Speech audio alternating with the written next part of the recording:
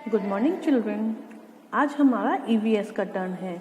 तो ईवीएस में हम चैप्टर नंबर 11 पढ़ेंगे। चैप्टर का नाम क्या है? Be safe. बी सेफ का मतलब क्या होता है? सुरक्षित रहिए। और सुरक्षित रहने के लिए हमें सुरक्षा के बारे में जानकारी होना ज़रूरी है।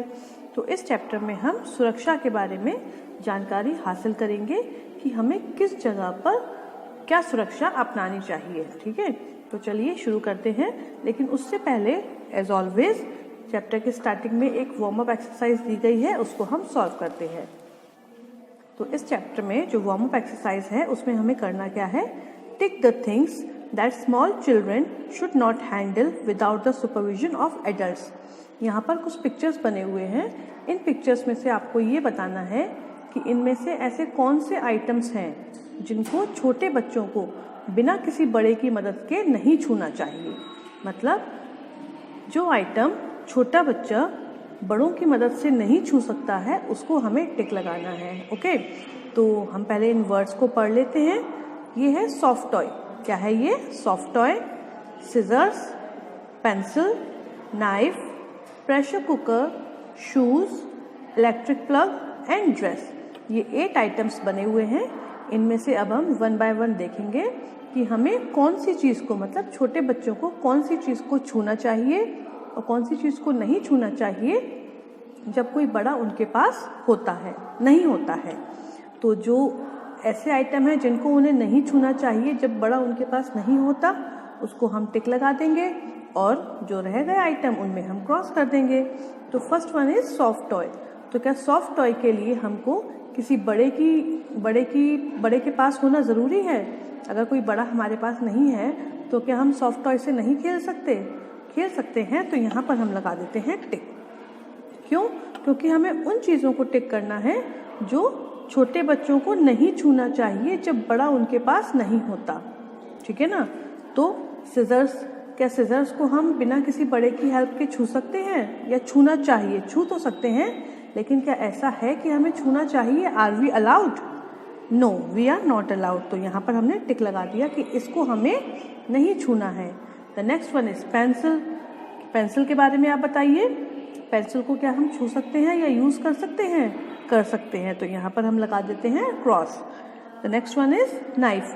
अब इतना बड़ा नाइफ देखकर भाई मुझे तो डर लगने लगा। कितना टेरिबल, कितना हॉरिबल लग रहा है। अब नाइफ को क्या हम, जो छोटे बच्चे होते हैं, उन्हें बिना किसी बड़े की हेल्प के छूना चाहिए? नहीं छूना चाहिए ना। तो यहाँ पर हम लगा देते हैं tick. The next one is pressure cooker. अब प्रेशर कुकर चाहे ठंडा हो या गर्म, मतलब या तो वो नॉर्मल टेम्परेचर पर रखा हो, उसमें अभी कोई काम नहीं किया गया, या उस पर अभी खाना बन के चुका हो, बोथ कंडीशंस में ही हमें प्रेशर कुकर को नहीं छूना। हमें प्रेशर कुकर को नहीं छूना। क्यों? क्योंकि जब अगर वो ठंडा भी होता है तो हमें क्या पता कि वो ठंडा है कि नहीं है, और गर्म है तो हम छुएंगे तो हम ऑब्वियस है कि जल जाएंगे। इसीलिए दोनों ही कंडीशंस में हमको प्रेशर कुकर को नहीं छूना। तो यहाँ पर हम लगा देते हैं टिक कि इसको हमको नहीं छूना है। The next one is shoes. भाई शूज़ तो हम पहन सकते हैं अपने आप बिना किसी की हेल्प के, राइट? और अगर हम इतने बड़े तो हो गए हैं कि 2nd क्लास में कि हम शूज़ और सैंडल्स जो होती हैं अपने बिना किसी की हेल्प के पहन सकते हैं। तो इसमें हम लगा देते हैं cross. The next is electric plug. अब इलेक्ट्रिक प्लग जो होता है ये बिजली का काम है, मतलब बिजली से चलता है या बिजली के प्लग में इसको लगाया जाता है, इलेक्ट्रिक प्लग जो है। तो क्या इसको हमें बिना किसी की हेल्प के छूना चाहिए? नहीं छूना चाहिए। तो यहाँ पर हम लगा देते हैं tick. And the last one is dress. जैसा का शूज़ है वैसा ही ड्रेस है। जब हम शूज़ पहन सकते हैं बिना किसी की हेल्प के, तो हम ड्रेस को भी पहन सकते हैं। अपनी स्कूल यूनिफॉर्म है या अपने पार्टी क्लोथ्स हैं, या हम घर पर ही अपनी ड्रेस को चेंज कर सकते हैं। तो यहाँ पर हम क्रॉस लगा देते हैं। तो जो आइटम्स हमको नहीं छूने हैं बिना किसी की हेल्प के वो हैं scissors, knife, pressure cooker and electric plug. Okay, आगे चलें। If we are not careful we can cause harm to ourselves. अब ये देखिए OUR। अभी मैंने लास्ट वीक आपको EVS की डिक्टेशन बोली थी। तो ये जो हमारा OUR होता है, इसको हम लोग वैसे प्रोनाउंस करते हैं आवर। क्या प्रोनाउंस करते हैं? आवर। ठीक है, जो कि इसका रॉन्ग प्रोनाउंसिएशन है। इसका सही प्रोनाउंसिएशन क्या है? आर। और मैंने जितनी बार डिक्टेशन में आपको आर बोला है, आपने कौन सा लिखा है? ARE, our family, our country, our national anthem, our muscles, our body, our bones. तो ये मैंने ये वाला आर बोला था, जिसको हम प्रोनाउंस करते हैं आवर, जो कि है गलत प्रोनाउंसिएशन। हमें क्या प्रोनाउंस करना है? आर। तो ये वाला आर और ये वाला आर दोनों बोलने में एक से लगते हैं, लेकिन दोनों का मतलब अलग है। ये है प्रोनाउन और ये है हेल्पिंग वर्ब। थोड़ा अभी डिफिकल्ट होगा आपको ये समझना, लेकिन आप कोशिश करेंगे तो आप समझ जाएंगे, और इस बात पर ध्यान भी दीजिएगा। ओके, इसको हम क्या प्रोनाउंस करेंगे? आर, ना कि आवर। ठीक है, तो ये वाला सही है और ये वाला रॉन्ग है। तो सिमिलरली मैंने यहाँ पे क्या बोला? आर सेल्व्स, आवर सेल्व्स नहीं बोला है, मैंने क्या बोला है? आर सेल्व्स, क्योंकि आवर रॉन्ग है और आर सही है। If we are not careful, देखिए यहाँ पर भी मैंने आर बोला और यहाँ पर भी मैंने आर बोला। If we are not careful we can cause harm to ourselves, नहीं आर सेल्व्स। ओके, अगर हम सावधान नहीं रहेंगे, अगर हम लापरवाही करेंगे, तो हम अपने आप को, मतलब खुद को, आर सेल्व्स का मतलब क्या है? खुद को नुकसान पहुंचा सकते हैं, या हम ये बोल सकते हैं खुद को नुकसान पहुंचाने के कारण हो सकते हैं। हमारे कारण ही हमको नुकसान पहुंच सकता है। So it is important to be safe and alert. तो इसीलिए ये बहुत ज़्यादा ज़रूरी है, महत्वपूर्ण है कि हम सुरक्षित रहें और सचेत या फिर सावधान रहें। अलर्ट मतलब वैसे हमने सचेत पढ़ा है, लेकिन अलर्ट मतलब सावधान भी हो सकता है। इसीलिए ये बहुत ज़्यादा ज़रूरी है कि हम सचेत भी रहें और सावधान भी रहें, ताकि हम अपने लिए किसी भी नुकसान का कारण ना बने। वी कैन अवॉइड से accident if we follow safety rules. हम एक्सीडेंट से बच सकते हैं। अब देखिए sentence, we can avoid accident, तो हमको वी की हिंदी पता है, अवॉइड की पता है और एक्सीडेंट की पता है। अगर हम इसको हिंदी में ट्रांसलेट करेंगे, फॉर एन एग्जाम्पल ले लीजिए, तो क्या होगा? हम बच सकते हैं किससे? एक्सीडेंट से, दुर्घटना से। तो ये हमारा सेंटेंस बन गया। If we follow safety rules, अगर हम सुरक्षा के नियमों का पालन करते हैं, उनका पीछा करते हैं, नहीं आएगा यहाँ पर, पीछा नहीं करना है, पालन करना है, उनको मानना है। तो अगर हम सुरक्षा के नियमों का पालन करेंगे तो हम एक्सीडेंट से बच सकते हैं। अब हम देखेंगे कि कहाँ पर हमें कौन से सुरक्षा के नियमों का पालन करना चाहिए। हर जगह के सुरक्षा के जो नियम होते हैं वे अलग अलग होते हैं। स्कूल में होते हैं तो अलग होते हैं, रोड पर चलते हैं तो अलग होते हैं, और अगर हम बस में चढ़ते हैं तो अलग होते हैं, स्विमिंग पूल में होते हैं तो अलग होते हैं। सब जगह अलग अलग सुरक्षा के नियम होते हैं। तो let us read the chapter on the road. सड़क पर हमें किन सुरक्षा के नियमों का पालन करना चाहिए? इनमें से कुछ बातें हम अपनी मोरल साइंस के एक चैप्टर में पढ़ चुके हैं। कौन सा? कुछ अच्छे नियम, याद है ना, zebra crossing and all that. तो इसमें हम इन्हीं बातों को पढ़ेंगे। While walking on the road we should be careful and follow safety rules. जब हम सड़क पर चल रहे होते हैं तो हमें सावधान होना चाहिए और हमें सुरक्षा के नियमों का पालन करना चाहिए। ये अभी मैंने आपको ऊपर भी बताया था। सच एज का मतलब क्या होता है? जैसे। सच एज का मतलब जैसे। तो सड़क पर चलते समय हमें कौन कौन से सुरक्षा के नियमों का पालन करना चाहिए, चलिए देखते हैं। पहला है always walk on the footpath. हमेशा कहाँ चलना चाहिए? फुटपाथ पर। आपने देखा होगा कई जगहों पर सड़क के किनारे एक थोड़ा सा ऊंचा उठा हुआ एरिया होता है जहाँ पर लोग पैदल चलते हैं, उसको बोलते हैं फुटपाथ। तो हमेशा हमें कहाँ चलना चाहिए? जब हम पैदल चल रहे होते हैं तब हमें फुटपाथ पर चलना चाहिए, ना कि सड़क के किनारे। सड़क के बीचों बीच तो बिल्कुल नहीं चलना चाहिए, और अगर फुटपाथ है तो सड़क के किनारे भी नहीं चलना चाहिए। हमें हमेशा फुटपाथ पर ही चलना चाहिए। Walk on the left side of the road. Second जो सेफ्टी रूल है वो क्या है? Walk on the left side of the road. सड़क के हमको लेफ्ट साइड मतलब कि बाईं तरफ चलना चाहिए। सपोज करिए ये सड़क है और हम इस डायरेक्शन में जा रहे हैं, तो हमारा लेफ्ट साइड कौन सा होगा? ये वाला होगा। तो हमें सड़क के इस तरफ चलना है, ना कि इस तरफ, राइट। तो जिस डायरेक्शन में हम जा रहे होते हैं उसी डायरेक्शन में जो लेफ्ट साइड होता है सड़क का, हमको उस तरफ चलना है।